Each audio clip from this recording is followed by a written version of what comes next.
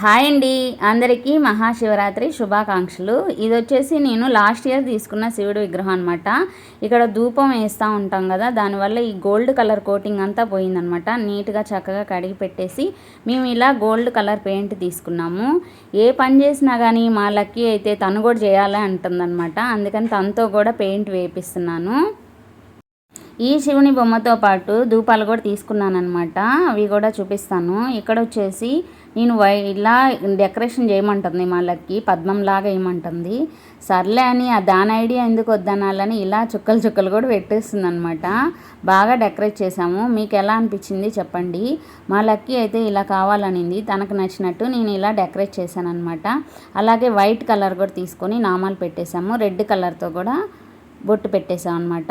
మా శివయ్య అయితే ఇలా రెడీ అయ్యాడనమాట. నేను దేవుడి గుడిలో పూజ చేశాను, అది మళ్ళీ పోస్ట్ చేస్తాను.